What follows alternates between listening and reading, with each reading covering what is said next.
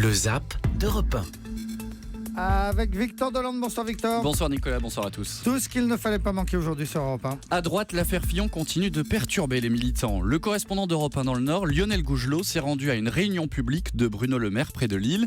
Et les militants ne veulent plus qu'une seule chose, changer de candidat.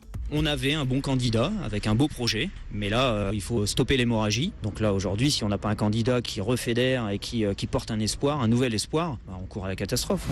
Les militants qui réclament la tête de François Fillon dans le journal de 6h30. Des militants désabusés et certains élus qui haussent le ton. C'est le cas notamment à Levallois. En cause, une guerre autour des investitures pour les prochaines élections législatives. Arnaud de Courson, l'ennemi juré de Patrick Balkany, a été choisi pour représenter la droite.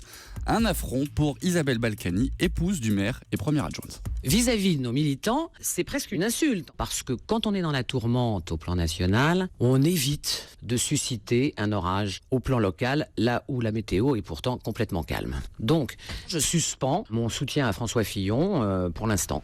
Isabelle Balkany devenue anti-Fillon dans le journal de 7h30. Des médecins épinglés pour avoir refusé des patients précaires comme ceux qui sont bénéficiaires de la CMU. Le défenseur des droits demande au Conseil de l'ordre d'agir, mais Jean-Paul Ortiz, le patron des syndicats médicaux français, ne condamne qu'à demi-mot.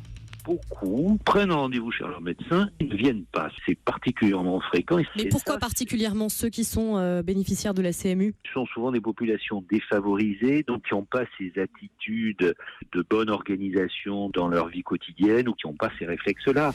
Des patients précaires refoulés chez le médecin dans le journal de 8h. Aux États-Unis, les décrets Trump anti-immigration font craindre le pire à la population latino.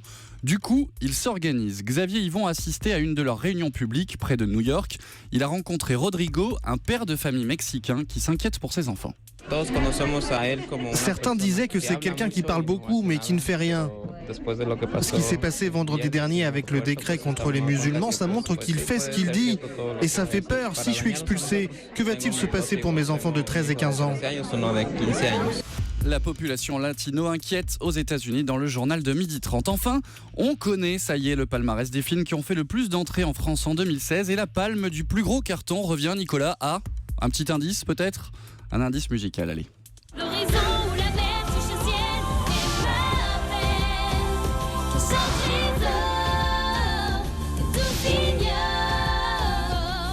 C'est le vent doucement qui se lève et me réveille. Vous avez reconnu ou pas ? Vaiana, exactement. Vaiana. Le film d'animation. Plus de 5 millions d'entrées pour ce film évoqué dans le journal de 12h30. Incroyable ce carton, et c'est Victor Delande qui nous le rappelle dans son Zap. Merci beaucoup Victor. Dans un instant, le meilleur de Nicolas Canteloup.